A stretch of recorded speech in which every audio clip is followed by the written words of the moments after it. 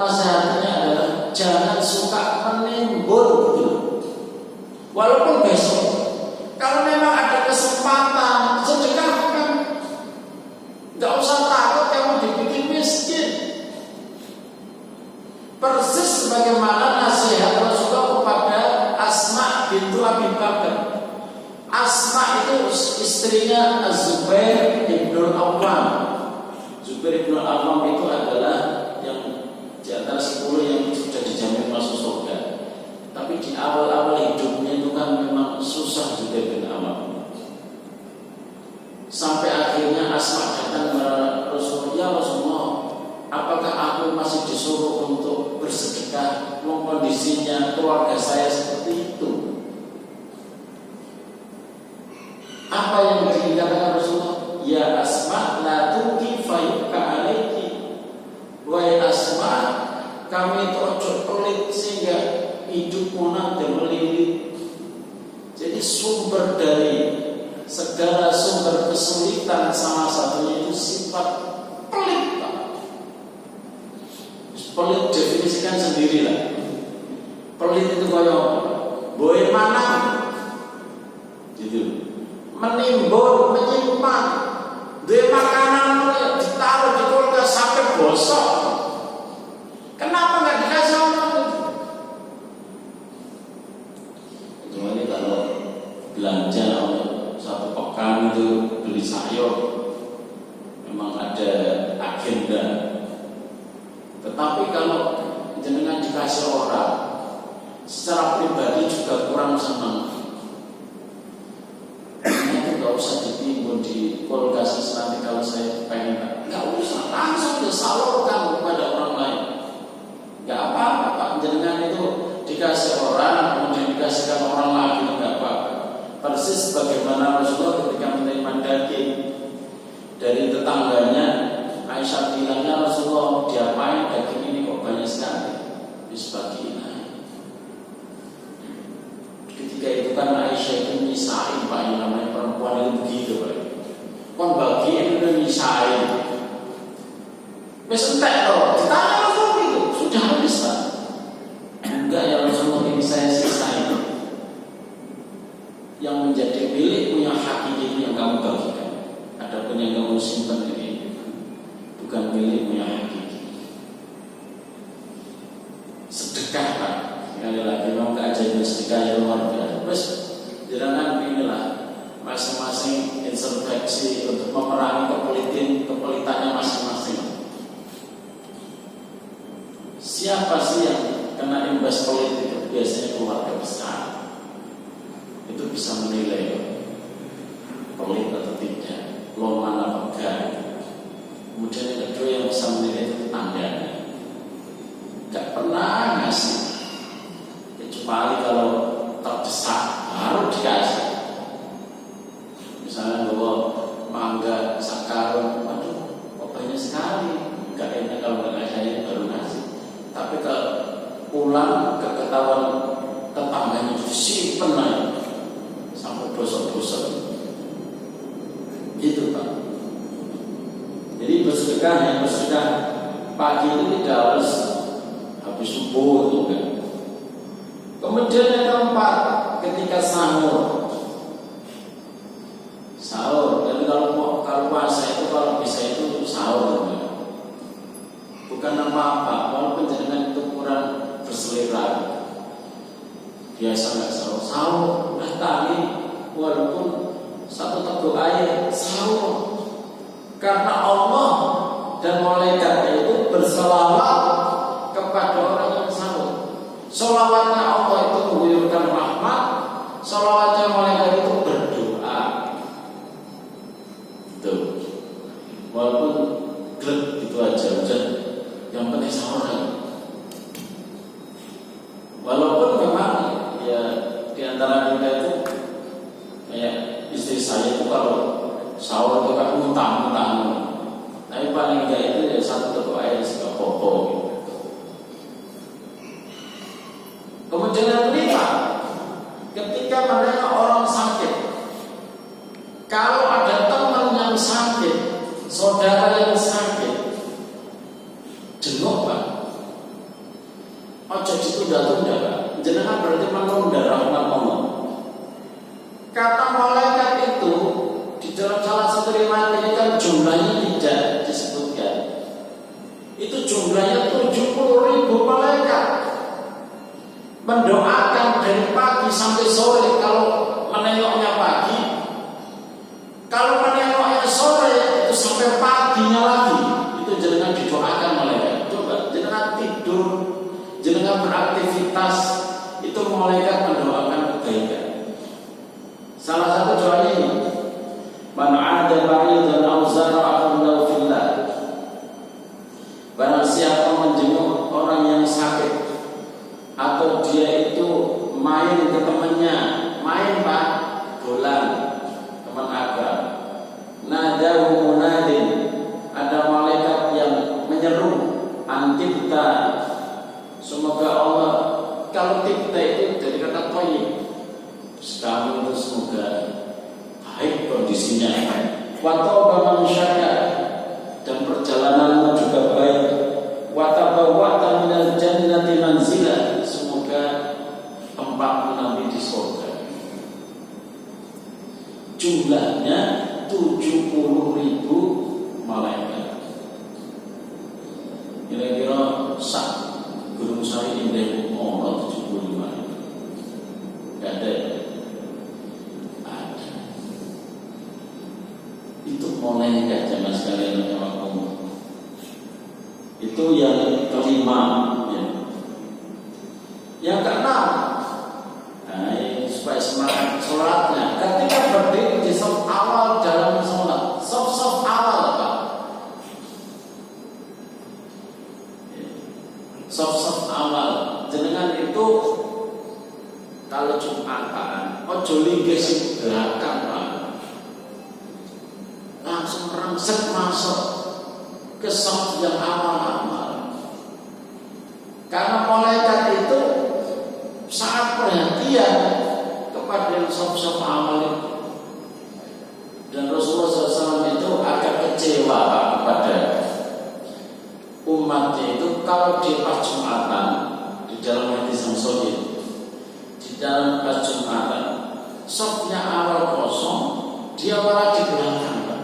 Sampai Rasulullah bilang begini, man ta'akhkhara, siapa yang dia itu mengakhirkan diri, akharahullah fil jannah, maka Allah akan menunda dia masuk surga.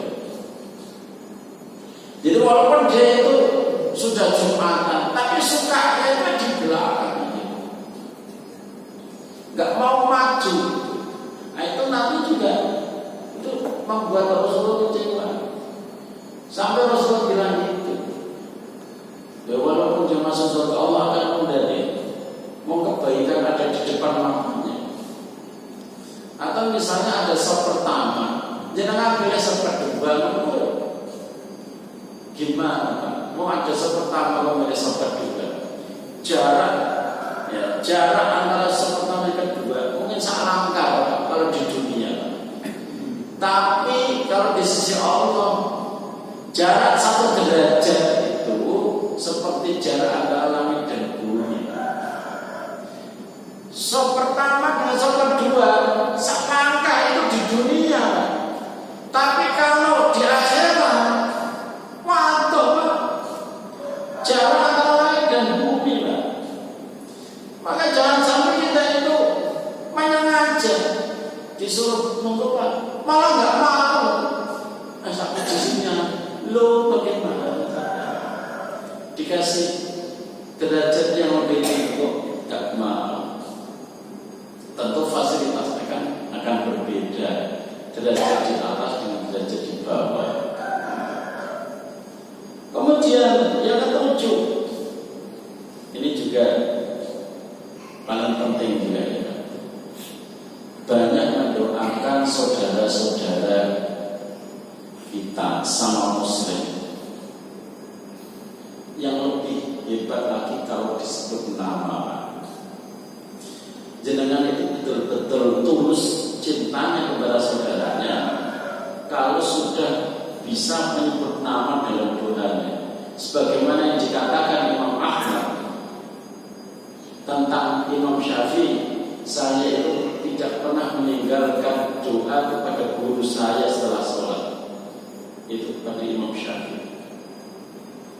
sebut nama, jangan umum, langsung nama. Itu malaikat itu langsung bilang, kamu juga mendapatkan doa yang sama. Apa yang kamu minta untuk saudara, itu juga berarti Allah akan ngasih sebagaimana yang kamu minta.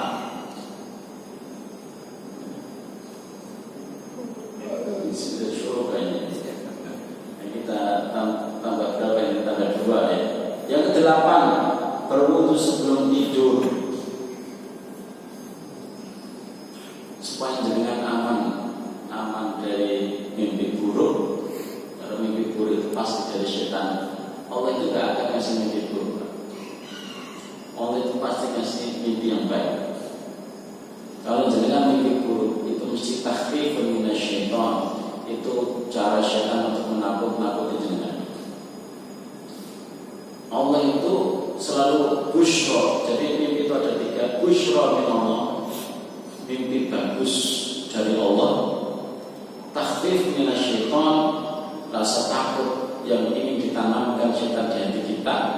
Kemudian yang ketiga, hadis nafsi, yaitu keinginan-keinginan jenengan yang belum terlaksana sebelum tidur, itu nanti ke bawah tidur. Dan Allah gak akan ngasih tidur ke jenengan. Setan yang ngasih. Itu bisa selamat dengan apa? Berdoa. Yang kedua, supaya jenengan itu gak ditemani setan ketika tidur. Susah bangunnya. Sudah mau bangun ditahan, sudah mau bangun ditahan. Susah, urkut. Wah, untuk tidur aja, malah masih mandek. Kita dibisikkan terus. Yang lebih istimewa lagi, doa malaikat Allahumma ighfir li 'abdika fulan, ya Allah ampuni hambamu. Didekati malaikat, ampuni ya Allah, ampuni.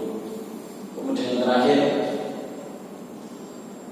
dengan membaca banyak sholawat atas Rasulullah Sallallahu Alaihi Wasallam. Rasulullah berjanji, siapa yang membaca sholawat maka malaikat pun akan membaca sholawat untuknya. Dan Rasulullah SAW ketika kita bacakan sholawat itu akan dibangunkan oleh malaikat, Muhammad, kamu dapat doa dari umatmu si fulan ini loh.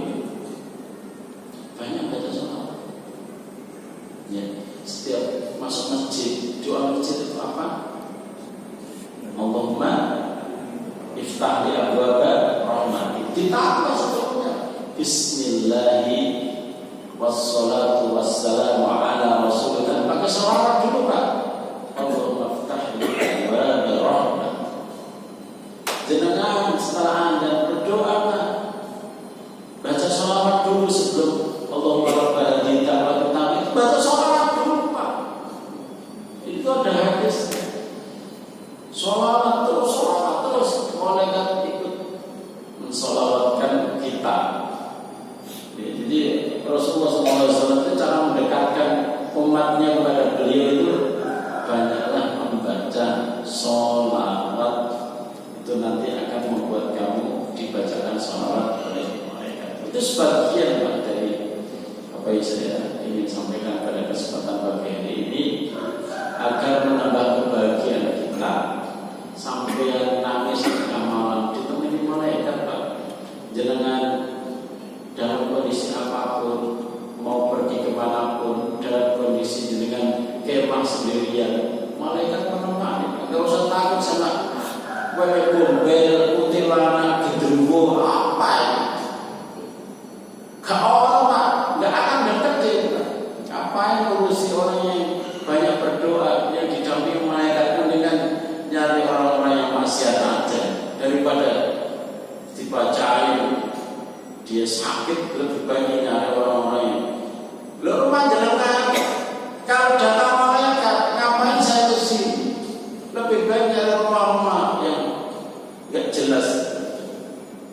Kan itu jelas kan nama Allah. Sehingga apa? Sehingga kita ini menjadi orang yang bahagia insyaallah. Hati itu gak gundah gulana, sedih.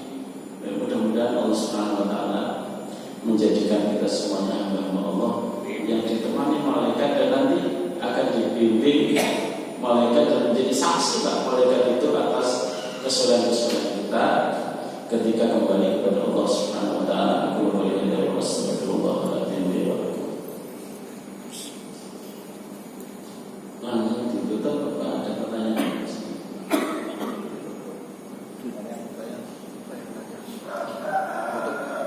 Langsung ditutup. Kita tutup dengan doa kafaratul majlis. Subhanallah wa bihamdika asyhadu an la ilaha illa anta astaghfiruka wa atubu ilaik. Assalamualaikum warahmatullahi wabarakatuh. Waalaikumsalam.